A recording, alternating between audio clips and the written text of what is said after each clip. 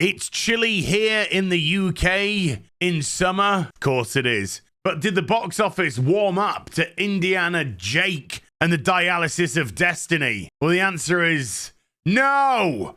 It's like an ice age over there. What killed the dinosaurs? The Ice Age. Come on, Gary.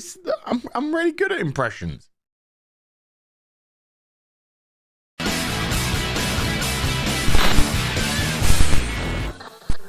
Hi everyone, it's Az here from HeelvsBabyface. The first weekend box office is in for Indiana Jake and the Dialysis of Destiny, and the movie's looking like a complete and utter mega flop. And we're talking of epic proportions. And just for the record, can I say I couldn't be happier. Worldwide, it only managed to muster $130 million. But look at that domestic, $60 million. That's only $5 million more than The Flash did on its opening weekend. And The Flash, well, it did indeed get pulled from those 1,500 cinemas, making it have a weekend of, oh my, $5 million domestically. Another 67% drop from the previous week's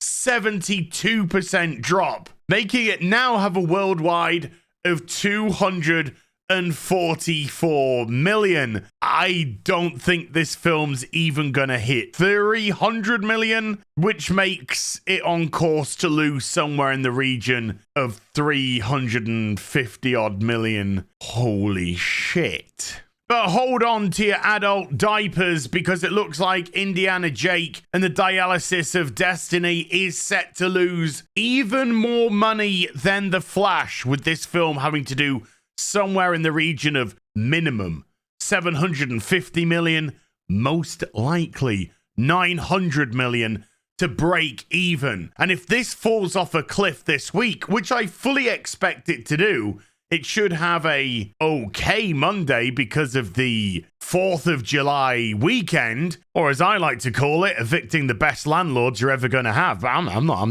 not bitter.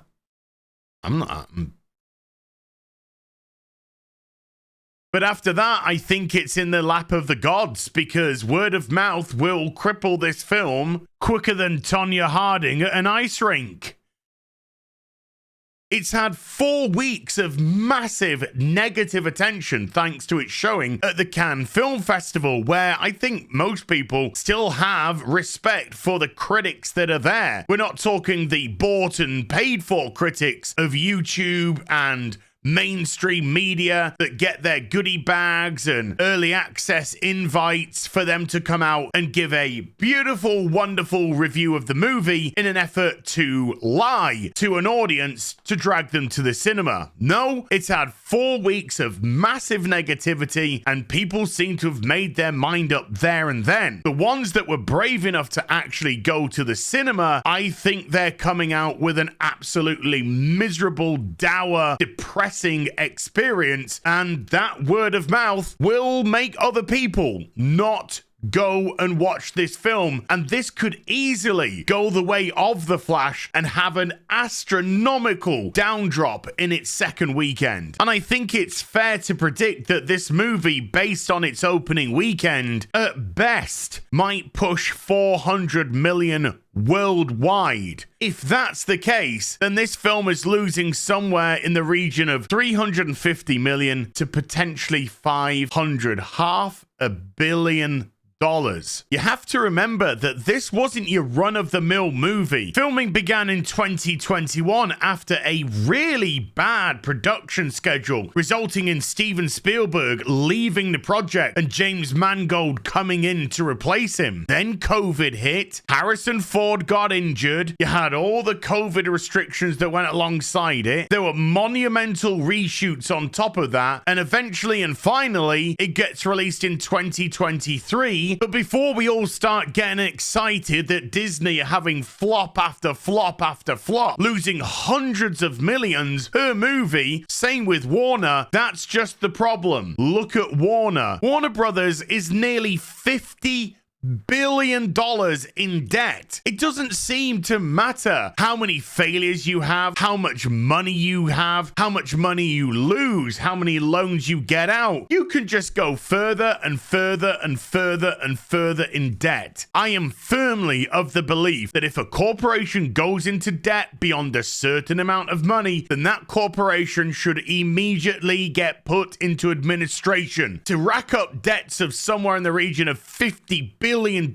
is insanity, and that company is still allowed to function and throw out movies that are still losing hundreds of millions of dollars. And that's just Warner. Now the same is happening to Disney, and they don't seem to be bothered, because we have the announcement, of course, of the next Star Wars movie starring Rey Palpatine. Yes, the person that destroyed the Star Wars franchise. So it looks very much that Disney have chosen intersectional feminism. They've chosen ideology way above entertainment, and they're going to be allowed to function to do this. They're going to be allowed to consistently make these films, this propaganda, pushing them out to kids, pushing them out to theaters and saying this is your edutainment, further and further losing money and no repercussions whatsoever. Because if Warner Brothers are allowed to do this, then so will Disney. But the political corruption which exists, the non-enforcement of the anti-competition laws, allows companies like Disney to still purchase further IPs upon IPs upon IPs and absorb other companies into its umbrella while producing no profit from that. Welcome to current day. Harrison Ford explains why he returned for Indiana Jake. Ford responded, "As much as we've come to know the character and through his experiences and his relationships, this is the last Indiana Jones for me, and his less physical capacity is available to him, and he's also ending his academic career, which has not been the high point of his life. Really? He seemed to love it back in the older films, so he's a bit dampened down in spirit until he's challenged by the character that Phoebe Waller-Bridge plays."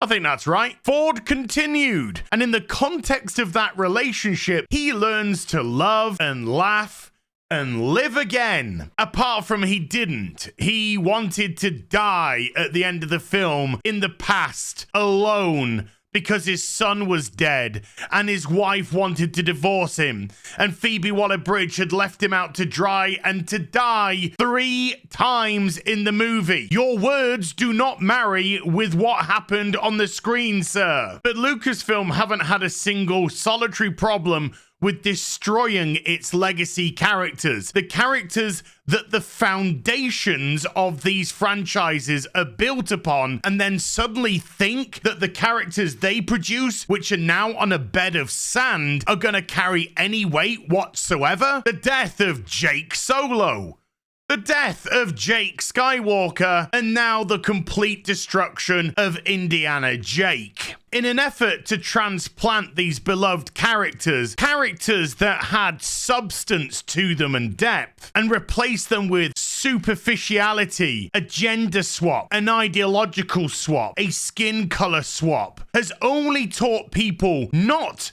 to hate their beloved characters and embrace the new ones, but to reject modernity and the superficiality that it brings along with it, and to embrace tradition and the traditional heroes and those traditional values which you're so desperate to supplant. Instead of making them hate their beloved characters by breaking them down bit by bit, all you've done is teach them to hate you. You as in Disney, you as in Lucasfilm, and they have embraced not your new characters, but they have embraced apathy, as they no longer care to go to the cinemas to watch your absolute shite. These are all self-inflicted gunshot wounds, and you deserve every single solitary one of them. Wear them with pride, Disney. Wear them with pride, Lucasfilm. And wear them with pride, Kathleen Kennedy. Because pride comes before a fall. And you and the House of Mouse have fallen so very far. I'll see you in the next video. You take care. Bye for now.